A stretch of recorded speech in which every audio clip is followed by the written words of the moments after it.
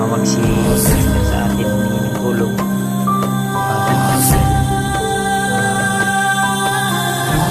may talas yung mga mata natin, matalas yung ano natin. Kagabi na sinisisi mo yung sarili mo, sinisisi Ako yung kaugalingan mo. kaya nga hindi ako so yun mapagpalang araw po sa lahat mga tol, no? Babawi.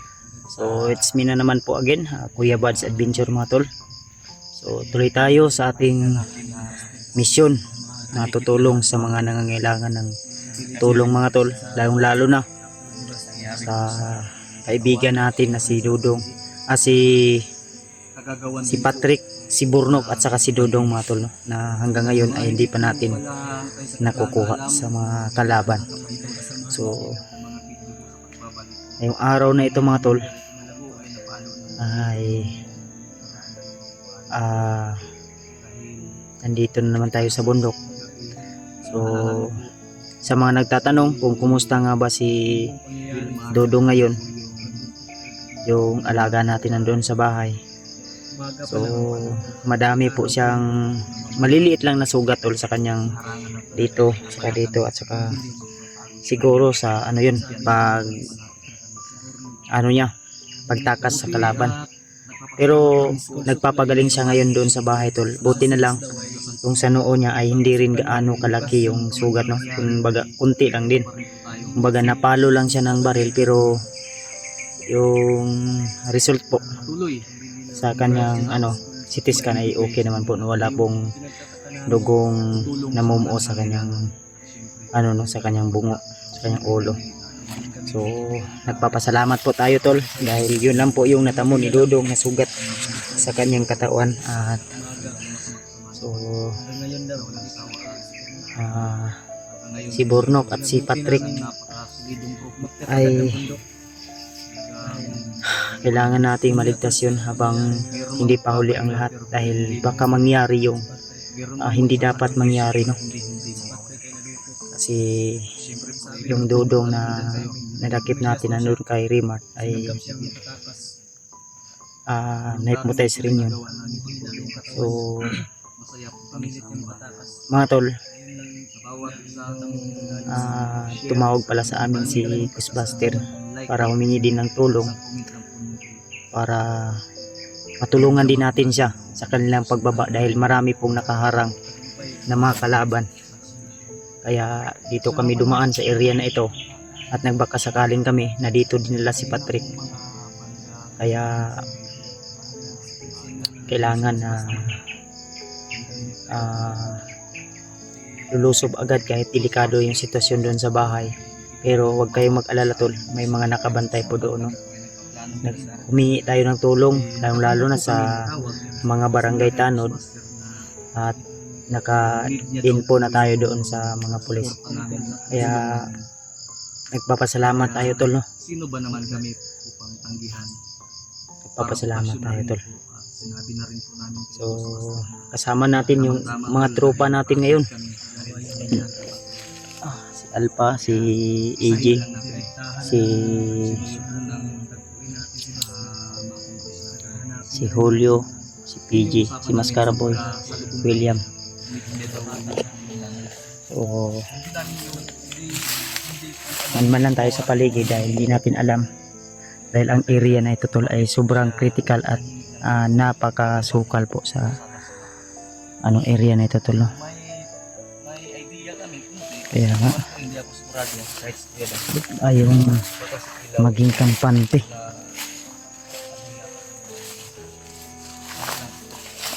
So sa mga solid nating taga-subaybay dyan, mga silent viewers, mga hindi nagsasawa na suportahan kami tol. So ayan, ito na po yung request nyo. So ito na po yung pagkakataon, at nagpapasalamat din po kami sa lahat ng mga hindi nagsasawa sa amin na suportahan kami sa aming bawat misyon. So yun na nga, inuulit ko, sino naman po kami para tanggihan yung kaibigan natin na humingi ng tulong, lalo na yung misyon namin ay iisa lang, na tulungan natin yung mga tao na nangangailangan. So nagka-problema tayo, nagkaroon tayo ng problema dahil yung mga alaga natin ay binihag ng mga kalaban. Kaya sana subaybayan nyo kami tol, sa aming bawat hakbang ay walang anumang panganib ang nakaabang. So tol, I hope po tol na yung suporta nyo po at pagtitiwala sa amin ay nariyan pa rin po, no?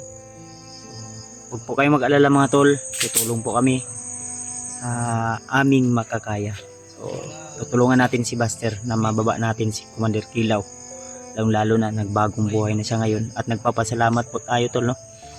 Dahil naging normal na ulit yung katauhan ni Commander Kilaw. So tumawag si Buster sa atin, humingi ng tulong para may madali yung pagbaba nila dahil marami pong kalaban na nasasagupan nila. Kaya nandito kami, buong pwersa po kaming umakyat ng bundok. Sama-sama po kami tol para mas malakas yung puwersa natin laban sa kasamaan. Kaya talagang kinumbinsi namin yung iba, kahit pagod, kulang sa pahinga, ay sa kabutihang palad ay tuloy pa rin. Kaya thank you so much tol, lalo na sa Panginoon natin, no? Na higit at makapangyarihan sa lahat, dahil siya po yung nagbibigay sa atin ng lakas sa ating bawat misyon, sa ating bawat lakad ay nariyan po siya, nakasubaybay sa atin at laging nakagabay.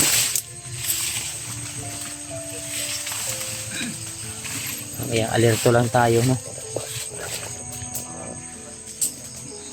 So yun, si Alpha ang Scaraboy.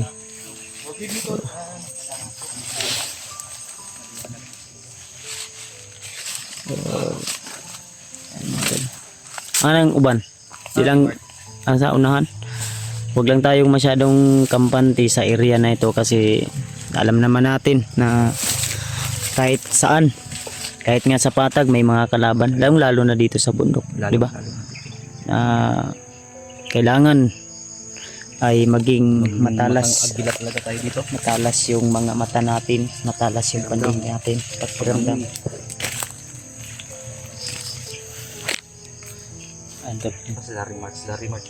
Andun man na sila Rimar.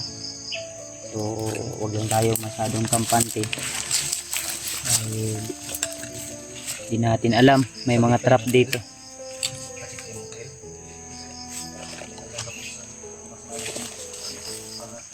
Isa ba? Sunod Brad, asam to imong bots day Brad? Nawala Ha?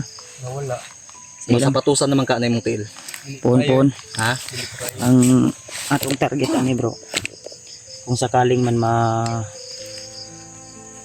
makita yun nato si Buster kay ning hatag man to, mambot lang na receive baton na ang kuan ining tawag man siya sa to agani ang location niya iyang gihatag sa to, ang tag makuha nato kung hapon naman god Kadawat na sulti man to sa iya nga direta approach mo, kung asa siya mo gawas diri siya mo gawas kay ngay masaltabang.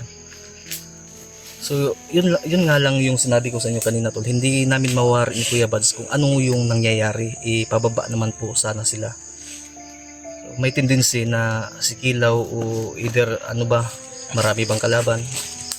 nakita ko sa video nila yung hindi pa tayo nakakyat dito, marami silang nasasagupa. Kumbaga kahit tumutulong si Kilaw sa pagpaslang ng mga kalaban ay hindi maubos dahil sa sobrang dami. At lalo na bro, galit na galit yung ibang Yun, commander totoo. na, Dahil talagang papalag yung mga bandido. lalo na ngayon sa sitwasyon natin ngayon, si Bagnot ay